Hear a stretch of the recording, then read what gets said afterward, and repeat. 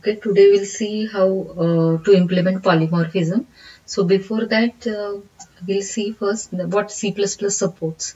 So it supports polymorphism in two forms. First is operator overloading and function overloading. Okay, so the process of making an operator to have a different behaviors in different instances is overloading the operator, and overloading the function means having a same function name but performs different type of task. Okay, so this is a theoretical explanation. You might have studied it from concepts of C++, but how to implement it, that we'll see. So this is a program which demonstrates polymorphism implementation. So here we will start with a class.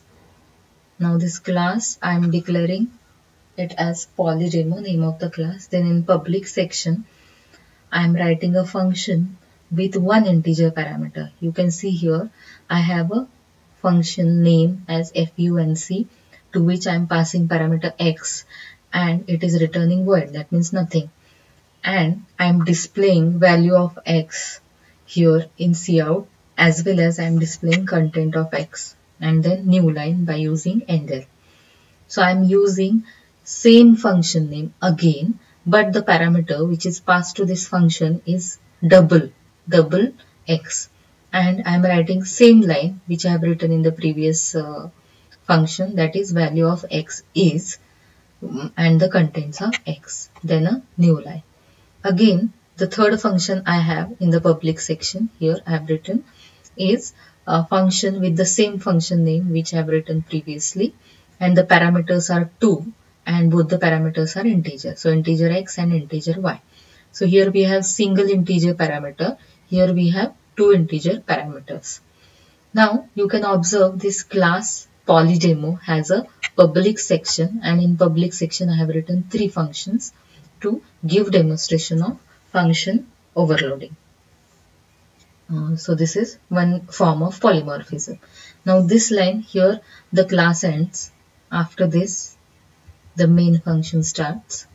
So here we have integer main, in which I am declaring object of the class which we have written.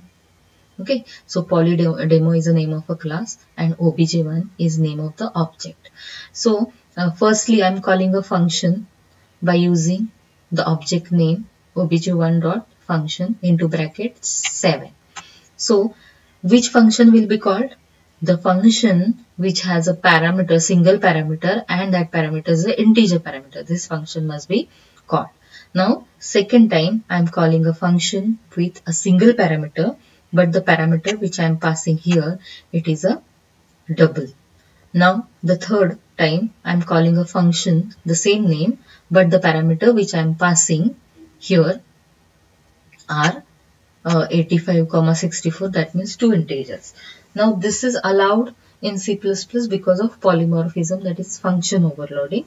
And how it should react? So when I am calling this function with a single integer, it should call the first function. When I am calling function with the double variable, it should call this second function.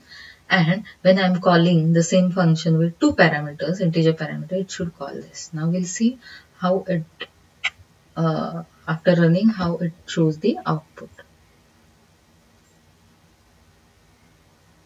So the output says that the output of first call, or first call to the function with a single parameter, is value of x is 7. So it is calling the first function here, and it is displaying contents of x as 7. Now second time, this obj1 dot function I am passing 9.132.